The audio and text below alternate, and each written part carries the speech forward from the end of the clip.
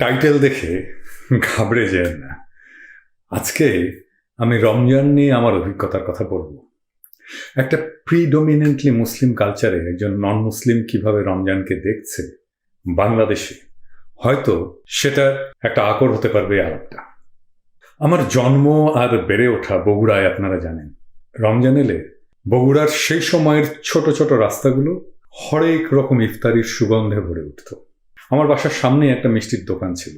রমজান এলে সামনের ফাঁকা জায়গায় টেবিল পেতে নানা ইফতারির পসরা সাজিয়ে বসত সেই ভদ্রলোক। ভদ্রলোকের নাম সম্ভবত ছিল মাখন সরকার। ভদ্রলোক ছিলেন হিন্দু। কিছু স্পেশাল স্বাদের ইফতারি আইটেম থাকতো, যেমন কচুরি। তিনি ভাজার সময় ব্যবহার করতেন ঘি। কি দারুণ গন্ধে ভরপুর হয়ে যেত চারিদিক। ওনার একটা ছেলে আমাদের সমবয়সী ছিল, আমাদের সাথে খেলতো। ইফতারির সময় যেই ছোলার আইটেম হয় সব জায়গায় বাংলাদেশে, বগুড়াতে সেটার একটা স্পেশাল রেসিপি আছে, আলাদা স্বাদ, আলাদা নামও আছে। নামটা হচ্ছে বুট বিরিয়ানি। এটাই বগুড়ার ইফতারের সিগনেচার ডিশ। বগুড়ার মানুষ বুট বিরিয়ানির সাথে বুদিয়া মিশিয়ে খায়। নোনতা ঝাল আর তার সাথে মিষ্টি, বুদিয়ার কমনীয়তার সাথে বুটের কিঞ্চিত কাঠিন্য মিলে এক অপূর্ব স্বাদের এক্সপিরিয়েন্স হতো। আমি পরে বগুড়ার বাইরে একই জিনিস ট্রাই করে দেখেছি, ওই স্বাদ আর পাইনি। এর স্বাদ পেতে হলে আপনাকে ওইখানে, ওই রাজাবাজারের পাশে বসে সেই মাহেন্দ্রক্ষণে ওটা খেতে হবে, নইলে সেই স্বাদ আপনি পাবেন না। রাজশাহী মেডিকেল কলেজে পড়ার সময় লক্ষ্মীপুর বাজারের একটা চমৎকার ইফতারির বাজার বসত। সম্ভবত রাজশাহীর সেরা ইফতারি ওইখানেই পাওয়া যেত। রাজশাহীতে থাকতে আছে রোজার প্রথম দিন সেটা বুঝতে পারতাম তখনই, যখন সকালে নাস্তা করে আরামে একটা সিগারেট ফুঁকতে ফুঁকতে রাস্তা দিয়ে হাঁটতে শুরু করতাম। তখন কেউ পাশে এসে নাক ঢেকে নিচু স্বরে বলতো, ভাই সিগারেটটা নিভান। আমিও সলজ্জে সিগারেটটা ফেলে দিতাম।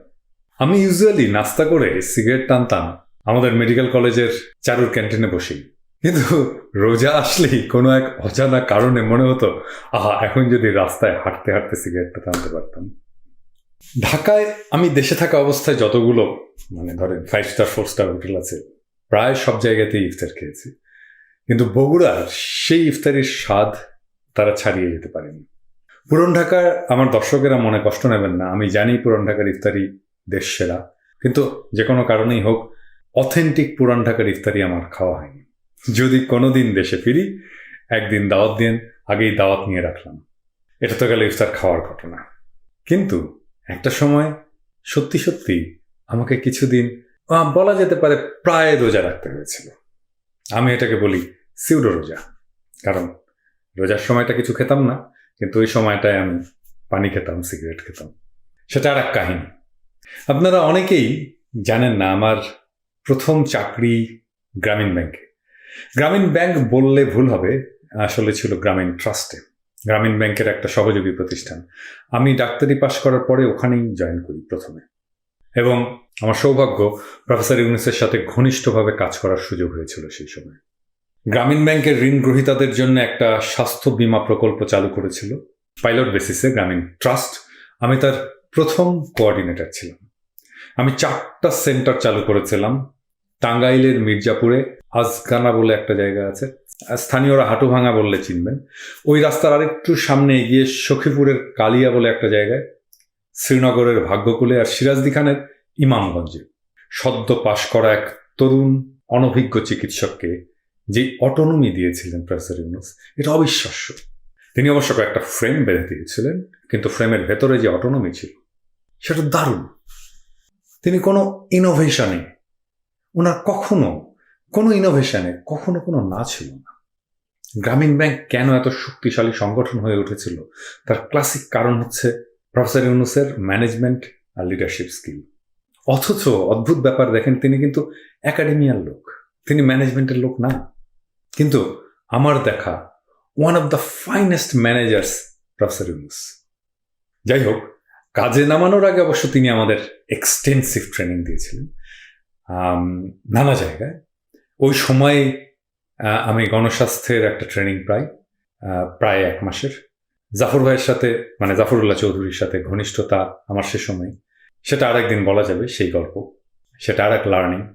এই ট্রেনিংয়ে, গ্রামীণ ব্যাংকের ট্রেনিংয়ের একটা গুরুত্বপূর্ণ পার্ট ছিল গ্রামীণ ব্যাংকের ফাউন্ডেশন ট্রেনিং। মানে আমাকে গ্রামীণ ব্যাংকের একটা ব্রাঞ্চের অ্যাসিস্ট্যান্ট ম্যানেজার করে স্বল্পকালীন পোস্টিং দেওয়া হলো কিছু অ্যাসাইনমেন্ট দিয়ে।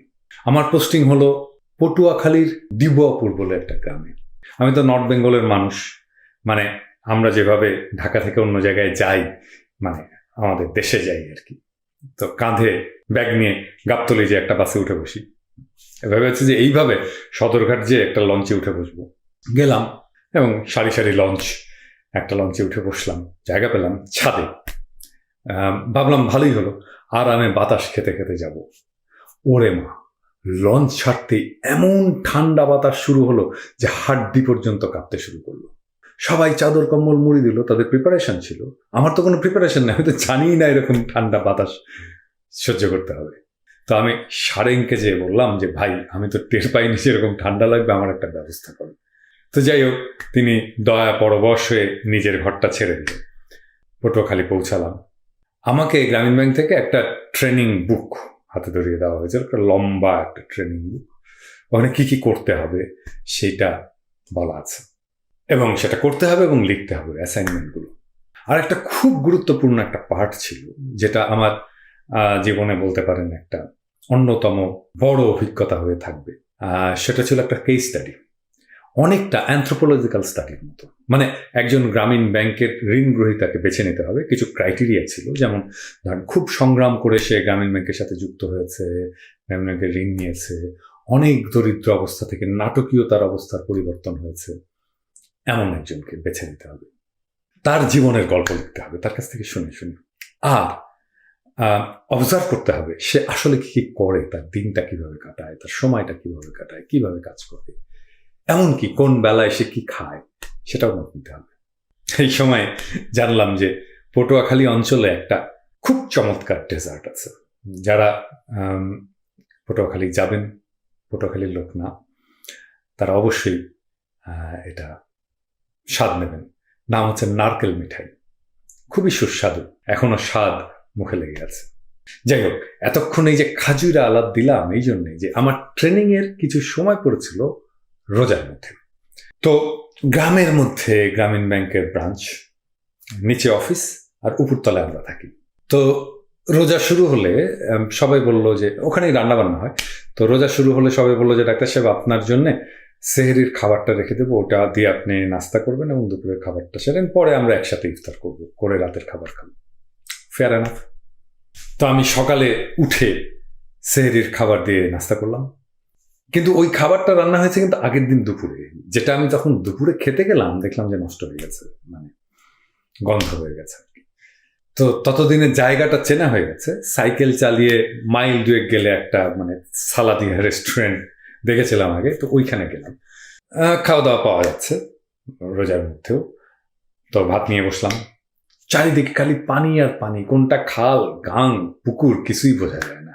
তবে চারিদিকে ওই পানির চারিদিকে পারে খাটা পায়খানা সগর্বে দাঁড়িয়ে আছে।